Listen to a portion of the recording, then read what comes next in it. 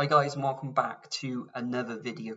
The group stage of the 2020 European Championships has come to a conclusion. So we now move on to the round of 16, where we've got 8 fantastic ties to look forward to over the coming days. Now, before we get on to these predictions, let's have a quick look back at how well we all got on in match day 3. So I came away with 11 points overall. I had 2 perfect scores, one being the 1-0 victory for Italy over Wales, and I also had the 2-0 victory for Belgium over Finland.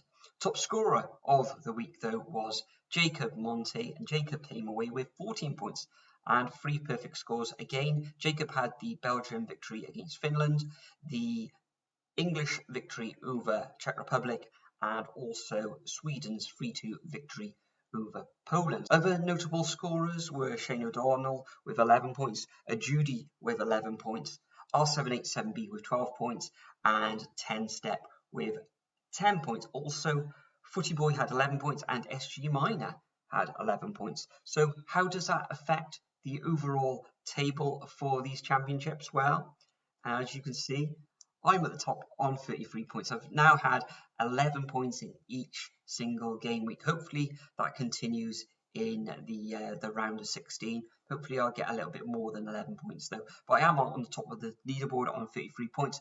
2 points behind me is Shane O'Donnell, and behind him in third place is Hassan Ali. Then comes 10 Step. Then on 23 points, we've got Liam Grayson and R787B. So it's all to play for going into the knockout stage, but let's crack on and make some predictions for the round of 16. So first up, we've got Wales coming up against Denmark. This takes place in Amsterdam, 5 o'clock p.m. British time on the continent, or at local time in Amsterdam, it's going to be 6 p.m.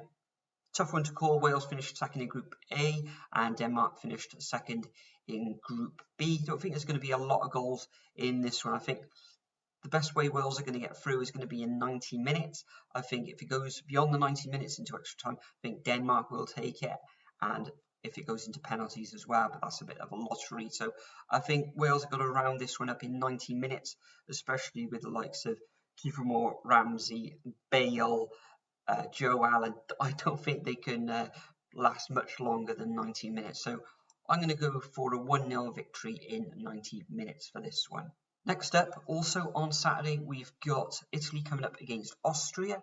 This takes place at Wembley Stadium at 8 p.m. I don't think Italy will have too many problems getting through this clash with Austria, and I'm going to go for a 2-0 win for the Italians. Moving on to the Sunday fixtures, we've got Netherlands coming up against Czech Republic in Budapest. This takes place at local time of 6 p.m, 5 p.m. British time.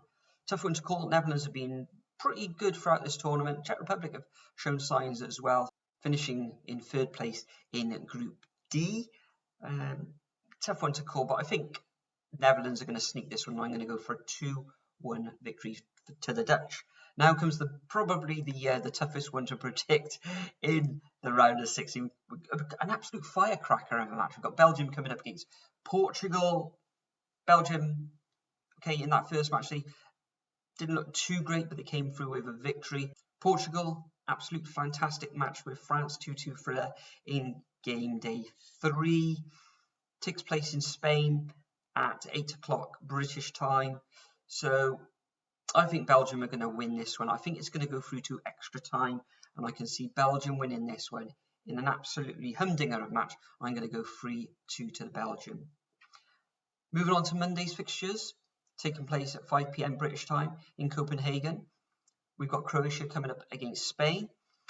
Tough one to call this one. Spain absolutely demolishing Slovakia 5-0 in game day 3. Croatia finishing runners-up in their group. So I think this one's going to be tight. I think it's going to end all square. So I'm going to go for a 1-1 draw in this match for my predictions. And I think that Spain will go through on penalties.